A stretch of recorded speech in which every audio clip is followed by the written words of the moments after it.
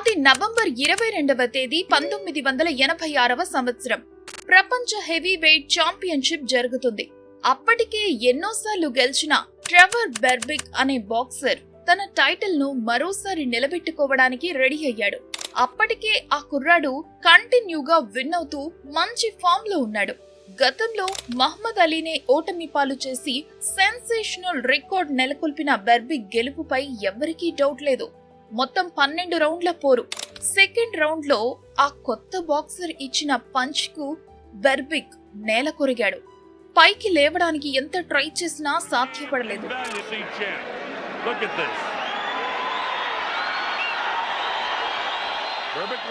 ఆ కొత్త బాక్సర్ మరెవరో కాదు, మైక్ టైసన్. ఎన్నో వివాదాల నడుమ జీవితాన్ని అత్యంత భారంగా గడిపి కష్టాల్లో ఉండి కూడా ఓటమి పాలవకుండా ఎలా గెలిచి చూపించాడు అని మనం ఈ వీడియోలో తెలుసుకుందాం. పూర్తి వివరాలు తెలియాలంటే వీడియో స్కిప్ చేయకుండా చివరి వరకు చూడండి.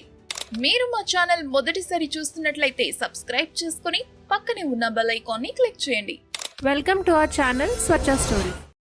మైకేల్ గెరార్డ్ టైసన్ 1966 జూన్ 30న యుఎస్ లోని బ్రూక్లిన్, న్యూయార్క్ సిటీలో జన్మించారు. ఇతడికి 3 భార్యలు, 8 మంది పిల్లలు. మొదటిసారిగా 1988లో రాబిన్ గివెన్స్ ను పెళ్లాడగా ఆమెతో కేవలం 1 సంవత్సరంలోనే అంటే 1989లో విడాకులు తీసుకున్నాడు. ఆ తర్వాత 1997లో మోనికా టర్నర్ ను పెళ్లాడి ఆమెకు 6 సంవత్సరాల తర్వాత అంటే 2003లో విడాకులు ఇచ్చాడు. చివరిసారిగా 2009లో లకియా స్పైసర్ ని పెళ్లి చేసుకున్నాడు. ట్రెవర్ బెర్బిక్ ను ఓడించి ఒక్కసారిగా ఫేమస్ అయ్యాడు టైసన్. అసలు ఆ రోజు ఏం జరిగిందంటే, మొత్తం 12 రౌండ్లు ఉండగా 2వ రౌండ్ లో టైసన్ విసిరిన ఒక పదునైన పంచ్ కు ట్రెవర్ కుప్పకూలాడు. లేచి నిలబడ్డానికి ఎంత ప్రయత్నించినా మళ్లీ పడిపోయాడు. ఒకే ఒక్క దెబ్బకు ట్రెవర్ బెర్బిక్ 3 సార్లు నేల కొరిగాడు. అప్పటికి జరిగింది 2 నిమిషాల 35 సెకండ్ల పోరు మాత్రమే. రిఫరీ వచ్చి ఆటను ఆపేశాడు. కొత్త కుర్రాడిని వరల్డ్ హెవీ వెయిట్ ఛాంపియన్ గా ప్రకటించాడు. ఆ పంచ్ గురించి గర్వంగా చెప్పుకున్న, తన కెరీర్ లో అత్యుత్తమ ప్రదర్శనగా అభివర్ణించుకున్న ఆ బాక్సర్ పేరే మైక్ టైసన్. సుదీర్ఘ కాలం పాటు ఒక తరం మొత్తానికి బాక్సింగ్ అంటే టైసన్ మాత్రమే అనిపించుకున్న మహాబలుడు. కానీ తన తల్లి విషయంలో టైసన్ కు ఎప్పుడూ బాధ ఉండేది. అమ్మను నేనెప్పుడూ సంతోషంగా చూడలేదు. నేను ఆమె కోసం ఏమీ చేయలేకపోయాను. వీధుల్లో నేను ఆవారాగా తిరుగుతూ గొడవలు పడుతుంటానని ఆమెకు తెలుసు. ప్రతిరోజు కొత్త బట్టలతో వస్తుంటే అవి నేను కొన్నవి కాదని ఆమెకు తెలుసు. అసలు అమ్మతో నేనెప్పుడూ సరిగ్గా మాట్లాడలేకపోయానంటూ తన బాల్యం, తల్లి గురించి టైసన్ ఎమోషనల్ గా చెప్పిన మాటలు అవి. నిజంగానే దశా దిశ లేని జీవితం, పట్టించుకోని తండ్రి, గల్లీ గుండాలతో సాన్నిహిత్యం, డీలర్ల నుండి మాదక ద్రవ్యాలు దొంగతనం. టైసన్ చిన్నతనమంతా ఇలాగే సాగింది. 13 ఏళ్ల వయస్సు వచ్చేసరికి టైసన్ 38 సార్లు అరెస్ట్ అయ్యాడు. కెరీర్ ఆరంభంలో టైసన్ అమెచ్యూర్ బాక్సర్ గా రాణించాడు. వరుసగా 2 ఏళ్లు జూనియర్ ఒలింపిక్స్ లో స్వర్ణ పతకాలు సాధించాడు. అయితే అతని కోచ్లు, ప్రమోటర్లు వాటిని టైసన్ స్థాయికి మరీ చిన్నవిగా భావించారు. అందుకే అన్ని రకాలుగా సిద్ధం చేసి పదునైన ప్రొఫెషనల్ రింగ్ లోకి దింపారు. టైసన్ వారి అంచనాలను వమ్ము చేయలేదు. 18 ఏళ్ల వయసులో తొలిసారి అసలు పోరులోకి దిగిన టైసన్ తొలి మ్యాచ్ లో హెక్టర్ మెర్సిడెస్ తో తలపట్టారు. టెక్నికల్ నాకౌట్ ద్వారా తన ప్రత్యర్థిని చిత్తు చేసిన టైసన్ ను చూడగానే అందరికీ కొత్త ఛాంపియన్ వచ్చాడని అర్థమైంది. అక్కడితో మొదలైన విజయ ప్రస్థానం 37 బౌట్ల వరకు సాగింది. వీటిలో తొలి 26 బౌట్లలోనైతే అతను ఏకపక్షంగా విరుచుకుపడ్డాడు. ప్రత్యర్థికి ఏమాత్రం కోలుకునే అవకాశం ఇవ్వని ఈ పోటీలన్నీ నాకౌట్ లేదా టెక్నికల్ నాకౌట్ ద్వారా ముగిశాయి. ఈ ప్రదర్శన చూస్తేనే అతని ఆధిపత్యం ఎలా సాగిందో అర్థమవుతుంది. 20 ఏళ్ల వయస్సులోనే world heavyweight boxing champion గా నిలిచిన అతను ఈ ఘనతను సాధించిన అతి పిన్న వయస్కుడిగా నిలిచాడు. బాక్సింగ్ భవిష్యత్తు గురించి ఎవరూ ఆందోళన చెందనవసరం లేదు. రాబోయే కొన్నేళ్ల పాటు ఈ ఆటను అగ్ర శిఖరాన నిలిపే ఓ హీరో మనకు దొరికేశాడని విశ్లేషకులంతా అతనిపై ప్రశంసల వర్షం కురిపించారు. అయితే టీనేజర్ గా జైలుకు వెళ్లిన సమయం కూడా చివరకు అతని జీవితానికి ఓ కొత్త దారినే చూపించింది.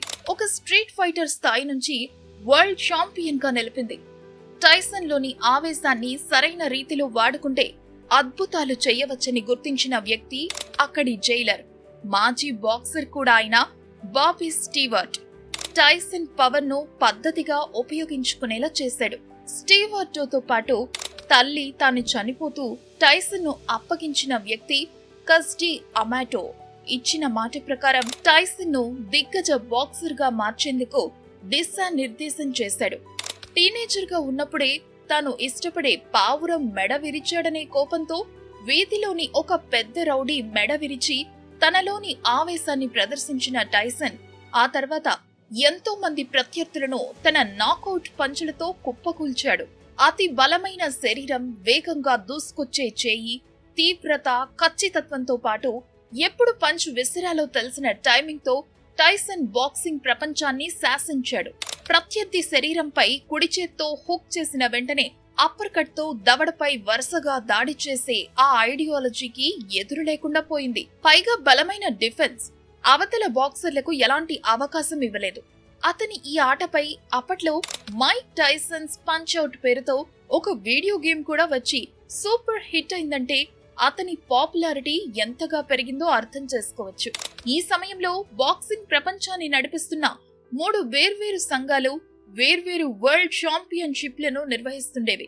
అలా WBA, WBC, IBF నిర్వహించిన వరల్డ్ హెవీ వెయిట్ ఛాంపియన్షిప్లలో గెలిచి ఈ మూడింటిలో ఒకేసారి ఛాంపియన్ గా నిలిచిన ఏకైక బాక్సర్ గా చరిత్రలో నిలిచాడు టైసన్.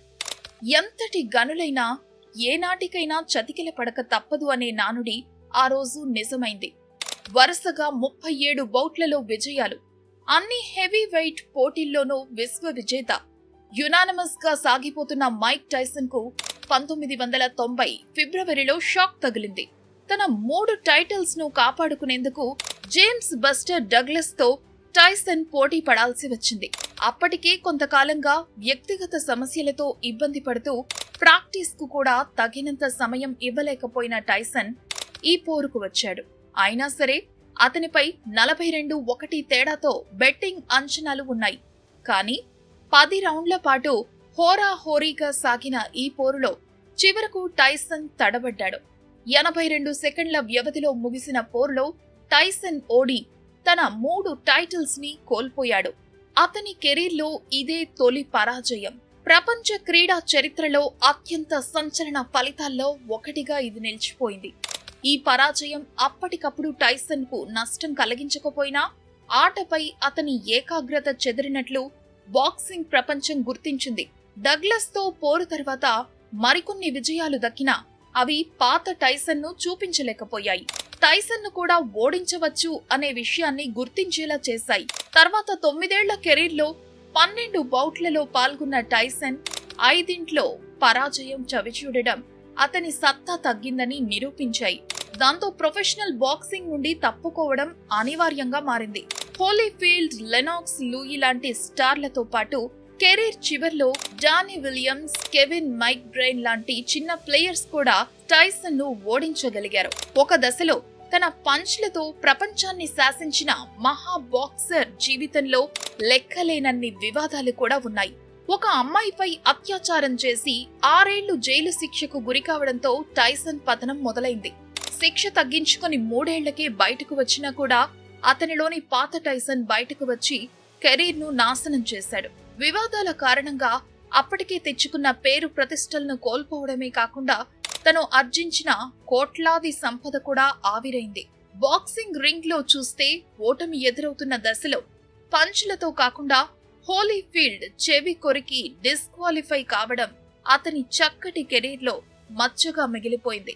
3 పెళ్లిళ్లు చేసుకున్న బయటి అమ్మాయిలతో వివాహేతర సంబంధాలు, మాదక ద్రవ్యాలతో పట్టుబడడం, డోపింగ్, కోర్టు వివాదాలు, ఇలా ఒక్కటేమిటి అన్ని నెగిటివ్ వార్తలే. అద్భుతమైన అతని కెరీర్ ను మరచి అతన్ని ఒక దుర్మార్గుడిలా చిత్రీకరించాయి. తన ఆత్మకథ ద అన్డిస్ప్యూటెడ్ ట్రూత్ లో అతను ఈ విషయాలన్నీ పొందుపరిచాడు. అమెరికాలోని పలు టీవీ సిరీస్లలో కూడా నటించిన టైసన్ మన తెలుగు సినిమా లైగర్లోనూ కనిపించాడు. అయితే టైసన్లోని విలన్ను పక్కన పెట్టి చూస్తే క్రీడా ప్రపంచంలో ఎదురులేని హీరోల్లో ఒకడిగా టైసన్ నిలిచిపోతాడనేది మాత్రం ఒప్పుకోవాల్సిన నిజం. మరి మీరేమంటారు? మీ అభిప్రాయాన్ని కామెంట్ బాక్స్ లో తెలియచేయండి. మరిన్ని ఇంట్రెస్టింగ్ వీడియోస్ కై మా ఛానల్ ని సబ్స్క్రైబ్ చేసుకుని పక్కనే ఉన్న బెల్ ఐకాన్ ను క్లిక్ చేయండి. మరో ఇంట్రెస్టింగ్ టాపిక్ తో మళ్ళీ మీ ముందుకు వస్తాం. Thanks for watching.